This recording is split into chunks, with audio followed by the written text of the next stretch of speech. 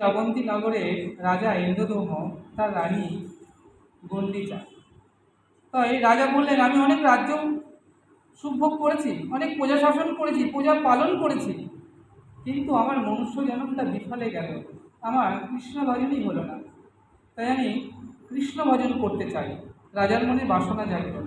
এমন সময় এক ব্রাহ্মণ এসে বললেন, মহারাজ, আপনি যদি আপনার মনুষ্য জনমকে সার্থক করতে চান, ধন্য করতে চান, তাহলে আপনি নীল মাধবকে উপাসনা করুন। নীল মাধব নামটা শুনে রাজার ভালো লেগে গেল। নীল মাধব নামের মধ্যে একটা মাদকতা আছে, একটা আসক্তি আছে, একটা প্রেম আছে, নীল মাধব। কিন্তু কোথায় গেলে নীল মাধব পাওয়া যাবে সেটা তিনি জানেন না। তো রাজার রাজপুরোহিত বিদ্যাপতিকে তিনি বলে দিলেন, যাও গিয়ে নীল মাধবের সন্ধান করো। রাজ্যে রাজ সৈনিকদের পাঠিয়ে দিলেন দিক দিগন্তে। তারা আবার যথারীতি ফিরে এলেন, কেউ পেলেন না। শেষে বিদ্যাপতি যখন রাজাকে বললেন যে, মহারাজ, আপনি আজ্ঞা করলে আমি একবার চেষ্টা করে দেখতে পারি। বিদ্যাপতি গেলেন। তো যেতে যেতে তিনি কী করলেন, তিনি সবর রাজ্যে এসে পৌঁছালেন। তো আজকে এখানে বলছেন, সবর রাজ্যে তিনি যখন এলেন, তিনি তৃষ্ণার্ত হয়েছেন। সবর রাজ্যে এসে তিনি একটু জল চাইলেন। এখন সবর রাজের কন্যা ললিতা তিনি কি করেছেন না, জল দিয়েছেন। ঘরে যদি ভক্ত আসে, ব্রাহ্মণ আসে, তাহলে আমরা জল দিই। তিনি জল পান করেছেন। এখন এই যে বিদ্যাপতি, তার ললিতাকে যথারীতি ভালো লেগে গেছে, ললিতারও ভালো লেগেছে। এখন তারা যখন একে অপরকে ভালোবেসে ফেলেছে, একে অপরকে যখন বিবাহ বন্ধনে আবদ্ধ করতে চাইলেন, তখন সবররাজ মনে মনে চিন্তা করলেন, আমার কন্যার বিবাহ দেবার জন্য আমি অনেক পাত্র পাব, কিন্তু সাত্ত্বিক, নিষ্ঠাবান, সৎ একজন ব্রাহ্মণ ভক্ত আমি কখনোই পাব না। তাতে করে বিদ্যাপতি সুপুরুষ, দেখতে সুন্দর, পূর্ণ যৌবন, এখন বিবাহ দিলেন। কিছুদিন বাদে কিন্তু তিনি তো এসেছেন নীল মাধবের সন্ধানে। একদিন ললিতাকে দেখে বলছেন বিদ্যাপতি, ললিতা, তোমার পিতা এই যে প্রত্যেক দিন কি করেন না, আমি দেখি কোথায় বের হন রাত্রেবেলা, দুপুর 12টায় তিনি ফিরে আসেন। তো কোথা থেকে আসেন, কোথায় যান? ললিতা বলে ফেললেন যে আমার পিতা নীল মাধবের সেবা করবার জন্য নীলগিরি পর্বতের ভিতরে যান। তো যখন বললেন যে নীলগিরি পর্বতে নীল মাধব, তখন বিদ্যাপতি তিনি বড় আনন্দিত হলেন শুনে। বললেন, আমি মনে মনে ভাবলেন, আমি যাকে খুঁজছি ভগবানের যেন কৃপা পরবশে হঠাৎ তিনি সদয় হলেন, আমি তার সন্ধান পেলাম। কিন্তু আমি যেতে চাই সেই নীল মাধবের কাছে, তুমি ব্যবস্থা করো। ললিতা যখন পিতার কাছে বললেন যে, পিতা, তোমার জামাই নীলগিরি পর্বতে নীল মাধব দর্শনে যাওয়ার জন্য ব্যাকুল। ললিতাকে বললেন, দেখো ললিতা, আমরা সবররাজ যারা আছি, আমাদের উপাস্য দেবতাই হচ্ছে নীল মাধব। এখন যদি অন্য কেউ নীল মাধবকে দর্শন করে, আদার্স অন্য কেউ, তাহলে নীল মাধব আমাদেরকে ছেড়ে অন্তরিত হয়ে যাবে। আমাদের যে কুলো দেবতা, সে আর কুলো দেবতার রূপে থাকবে না। তখন সে কী হবে না আমাদেরকে ছেড়ে চলে যাবে। আমি এটা কখনোই হতে দিতে পারি না। যখন ললিতা খুব নাছোড়বান্দা পিতার কাছে, তখন বললেন কি উপায় হবে। তখন সবররাজ তিনি ললিতাকে বললেন একটা উপায় হতে পারে, আমি বিদ্যাপতি চোখ দুটো বেঁধে দেব এবং সে অবস্থায় তাকে নীলগিরি পর্বতে নিয়ে গিয়ে নীল মাধবকে দর্শন করাবো। এটা একটা হতে পারে। তো ললিতা খুব যে কৃষ্ণবাজে সে তো বড় চতুর, তিনি কি করলেন, ওই বিদ্যাপতি কাঁধের ঝোলার মধ্যে কিছু সর্ষের দানা দিয়ে দিলেন। কারণ জ্যৈষ্ঠ আষাঢ় শ্রাবণ মাসে কি হয়, প্রচুর বৃষ্টি হয়, আর বৃষ্টি হলে শস্য দানা থেকে বৃক্ষ হবে, গাছ হবে। তাহলে কোন পথ দিয়ে নীলগিরি পর্বতে যাওয়া যায় বা সেটা কত দূরে বা সেটার রাস্তার নির্দেশ তো আমি জানি না, তাহলে আমি কেমন করে দর্শন করব। তাহলে ওই বর্ষার জল পেয়ে শস্য দানাগুলো যখন হবে, তাহলে পথের সন্ধান দেবে। পরবর্তীকালে আমি নীলগিরি পর্বতে গিয়ে আমি এখানে বলছেন যে আমি নীল মাধবে আমি দর্শন করতে পারবো। তো আজকে তাই হলো, চলেছেন চোখ বন্ধ করে, চোখে পট্টি বেঁধে দিয়েছেন। যখন নীলগিরি পর্বতের মধ্যে গুহার মধ্যে নিয়ে গিয়ে যখন চোখের বন্ধন খুলে দিয়েছেন,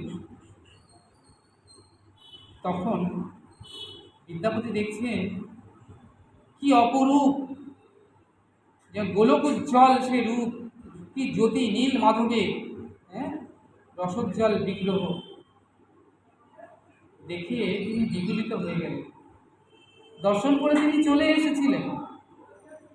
পরবর্তীকালে যখন তিনি গিয়েছিলেন নীল মাধবকে আনবার জন্য, সবররাজ তো ক্ষিপ্ত হয়ে গেলেন, বললেন আমি দুধকলা দিয়ে কাল সাপকে পুষেছিলাম, হ্যাঁ, যে কিনা আমাদের কুল দেবতাকে নিয়ে যেতে চায়।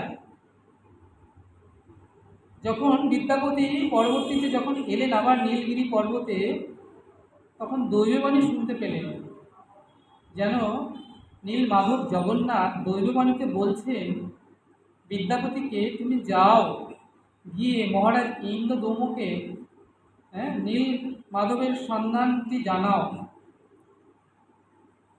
বিদ্যাপতি নীল মাধবকে নিয়ে যাওয়ার জন্য মহারাজ ইন্দ্রদমর কাছে আসবেন, সবরাজ তাকে কী করলেন, বললেন ওকে বন্দি কর, বেঁধে রাখলেন। তখনই আবার দৈববাণী শোনা গেল। জগন্নাথ তখন দৈববাণী করে বলছেন যে ওর বন্ধন, বিদ্যাপতির বন্ধন খুলে দাও সবররাজ, আমি আমার বন্ধন স্বীকার করি বটে, কিন্তু আমার ভক্তের বন্ধন আমি কখনোই স্বীকার করতে পারি না। দৈববাণী শ্রবণ করে বন্ধন খুলে দেওয়া হলো। ইন্দ্রদমন কাছে এসে বললেন, মহারাজ সন্ধান পাওয়া গেছে নীল মাধবের। রাজা ইন্দ্রদম খুব প্রসন্ন হলেন অতি, তিনি স্বর্ণরথে চেপে তিনি এলেন নীলগিরি পর্বতে নীল মাধবকে। কিন্তু এসে তিনি কিছুই দেখতে পেলেন না। দেখছেন নীলগিরি পর্বতের মধ্যে যেখানে নীল মাধব নিবাস করেন, সিংহাসনটা আছেন, কিন্তু নীল মাধব নেই, যেন অন্তরিত হয়ে গিয়েছেন। বিদ্যাপতি কে বললেন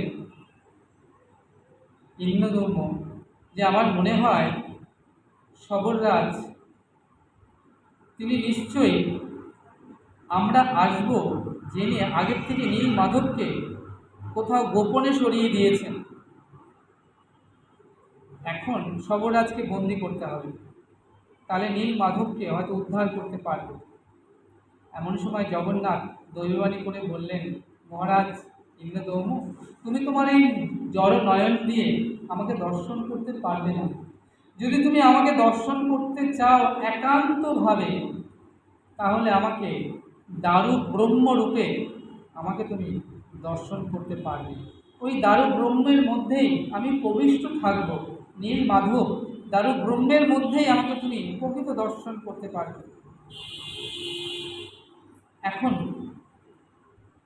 কি করলেন না, তিনি যখন ফিরে এলেন তখন মহারাজের রাজ্যে বাঙ্কি মোহনা তীর্থ বলে যে মোহনাটি আছে, অর্থাৎ সাগরের যে ঘাট, বাঙ্কি মোহনা ঘাট, অর্থাৎ সেটা বাঙ্কি তীর্থ মোহনা ঘাট, সেখানে 3টি কাঠ ভেসে এলো।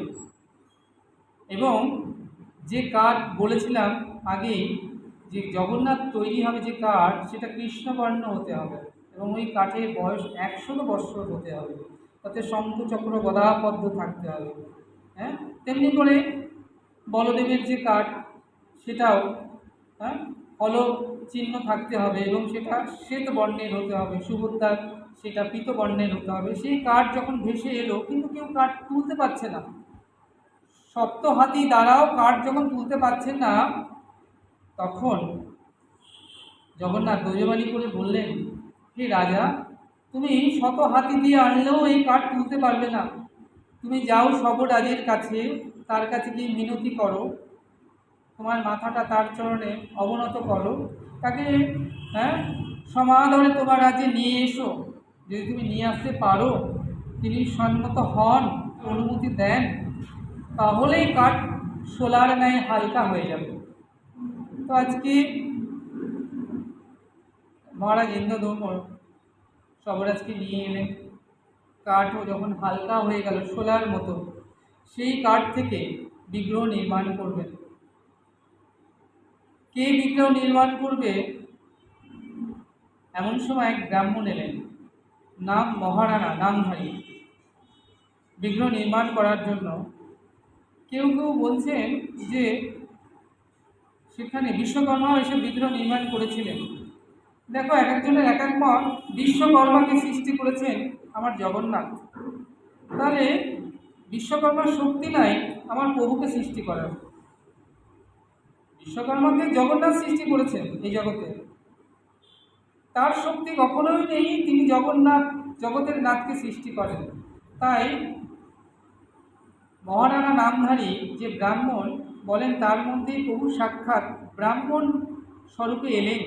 এসে কি করলেন না, তিনি ওই বললেন, আমি বিগ্রহ থেকে প্রভুকে নির্মাণ করব। তখন ব্রাহ্মণ বললেন, রাজা ইন্দ্রদম্ভ এবং রানী গণ্ডিচা সম্মত হলেন। বললেন, দেখো, আমার একটা শর্ত আছে। শর্তটা হচ্ছে, এই বিগ্রহ সৃষ্টি করতে, তৈরি করতে আমার 21 দিন সময় লাগবে। এই 21 দিন মন্দিরের দ্বার বন্ধ থাকবে, কেউ প্রবেশ করবে না। তার আগে শর্ত সবাই রাজি হলেন। তো চলছে ভেতরে হাতুড়ি ছিনি ফুট ফুট ফুট ফুট আওয়াজ শোনা যাচ্ছে। যখন 14 দিন হলো, দেখছেন নীরব, ভেতর থেকে আর কোনো হাতুড়িরও আওয়াজ আসছে না, ছিনিরও আওয়াজ আসছে না, কোনো টুকটাক আওয়াজ আসছে না। রানী গণ্ডিচা মনে মনে ভাবছেন, তাহলে কি ব্রাহ্মণ নিশ্চয়ই দেহত্যাগ করেছেন, কারণ তাকে কোনো পানীয় বা আহার্য কিছু দেওয়া হয়নি। তখন মহারানী ইন্দ্রদম্ভকে এসে বললেন, হে রাজন, আপনি বিবেচক হয়ে কেন এমন কার্য করলেন অবিবেচকের মতো? ভেতরে যে ব্রাহ্মণ, তিনি যে ঠাকুরজিকে প্রতিষ্ঠা করবেন, সৃষ্টি করবেন, নির্মাণ কার্য করছেন, তাকে একটু পানীয় বা কিংবা আহার্য কিছু আপনি দেননি। নিশ্চয়ই বিনা পানীয় বিনা আহার্যে তিনি প্রাণত্যাগ করেছেন। হ্যাঁ, আপনি এখনই মন্দিরের দ্বার খুলে দিন। হ্যাঁ, রাজা বললেন, দেখো, আমি কিন্তু তার কাছে প্রতিজ্ঞা করেছি যে 21 দিনের আগে আমি দ্বার খুলব না, তাকে কথা দিয়েছি। রাজা বললেন, একজন মানুষের জীবন থেকে তো কথা বড় নয়, তার প্রাণ রক্ষা করতে হবে, তিনি যদি এখনও বেঁচে থাকেন। তাই রাজার অনিচ্ছা সত্ত্বেও মহারানী গণ্ডিচা মন্দিরের দ্বার উন্মোচিত করলেন। দেখলেন কোথায় ব্রাহ্মণ, কেউ কোথাও নেই। ভেতর থেকে অগুরুর গন্ধ, চন্দনের গন্ধ ভেসে আসছে, অপূর্ব সৌরভ, কিন্তু কোথাও নেই। দেখছেন পড়ে আছে 3টি মূর্তি, অসমাপ্ত, বিকলাঙ্গ জগন্নাথ বলদেব সুভদ্রা, যার হস্তপদ সৃষ্টি হয়নি, ওই ভূমিতে পড়ে রয়েছেন। রাজা সেই মূর্তি থেকে আটকে উঠলেন, কেঁদে কান্নায় ভেঙে পড়লেন জগন্নাথের চরণে।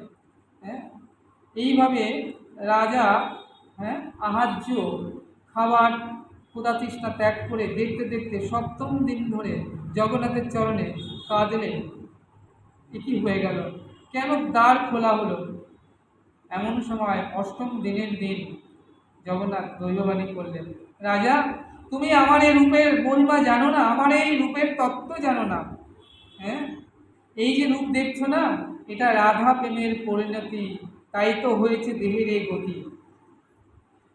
এটা রাধা প্রেমের পরিণতি, তাই তো আমার হয়েছে দেহের পরিণতি। জগন্নাথ বলছেন যে আমার এই রূপ জগতে রাজন, এই রূপের পেছনে একটা তত্ত্ব আছে।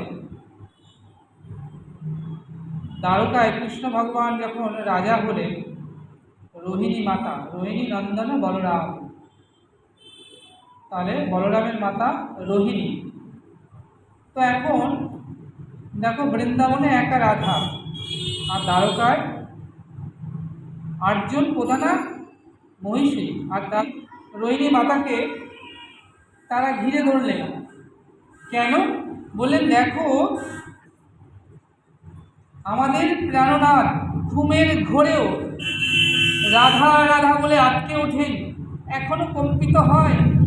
রাধা নাম শুনে শ্যাম আঁখি জলে ভাসে, ঘুমের ঘোরে হারাধে হারাধে বলে তিনি এখনো আটকে ওঠেন। তাহলে সত্যভামা, রুক্মিণী, জাম্বুবতী, সমস্ত মহিষীগণ তাকে ঘিরে ধরলেন। আপনাকে বলতেই হবে রাধা কে।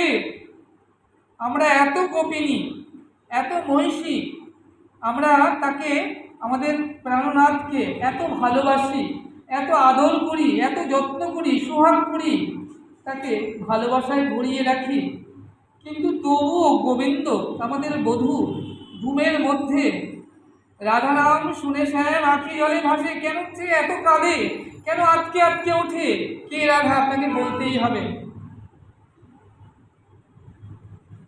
রোহিণী মাতা বললেন, দেখো, আমার সঙ্গে গোবিন্দের সম্পর্ক বাৎসল্য প্রেমের, মানে আমি মাতা, সে পুত্র,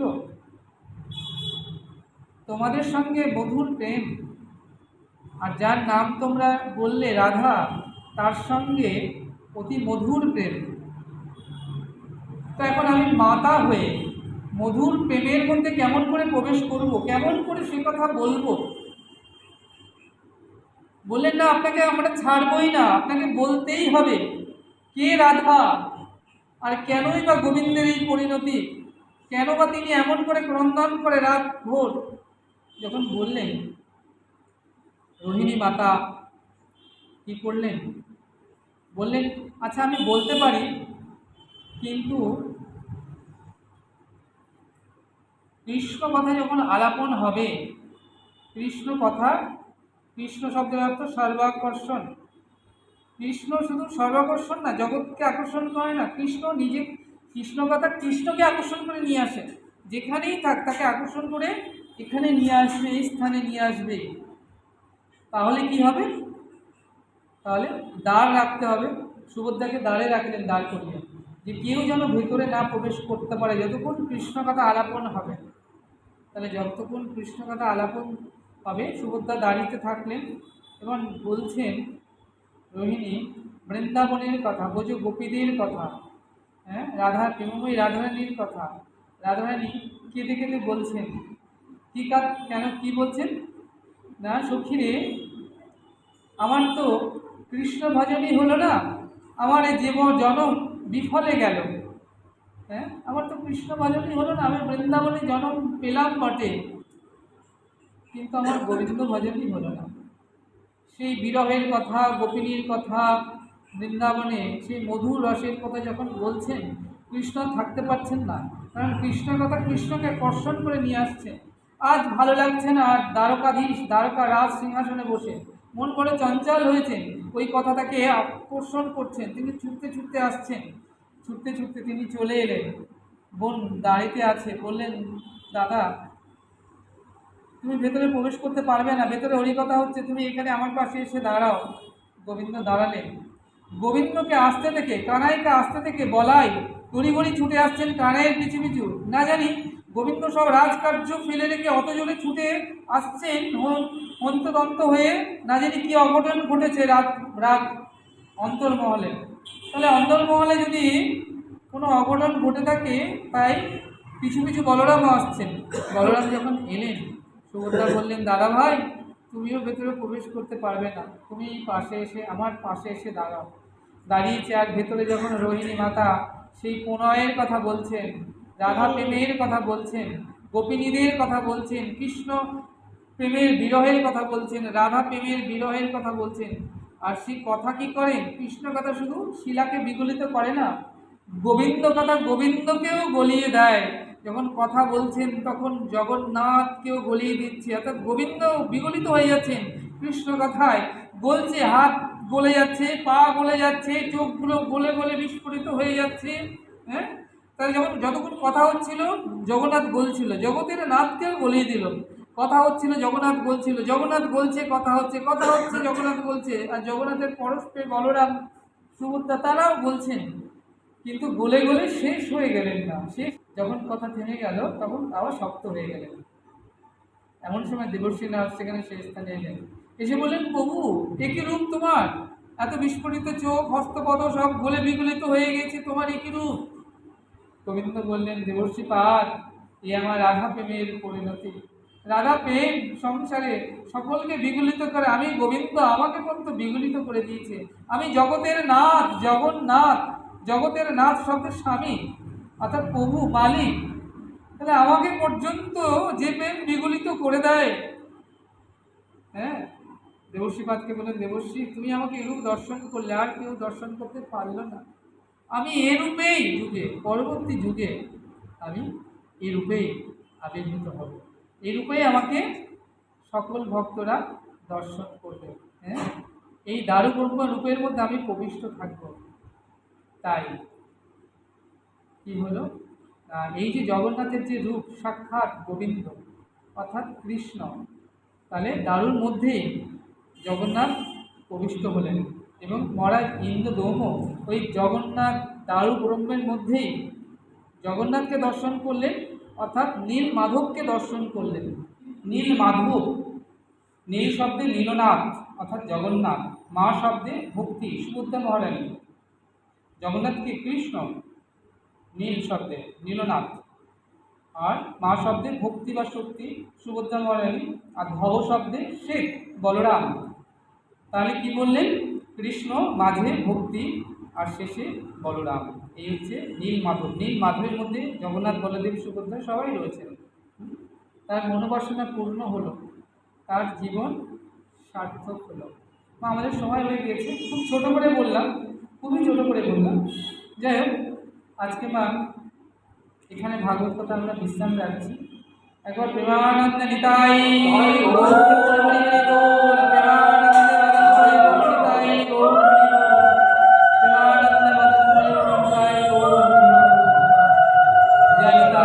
জয় গৌর, জয় শ্রী রাধে। তোমাদেরকে একটা বার্তা দিই।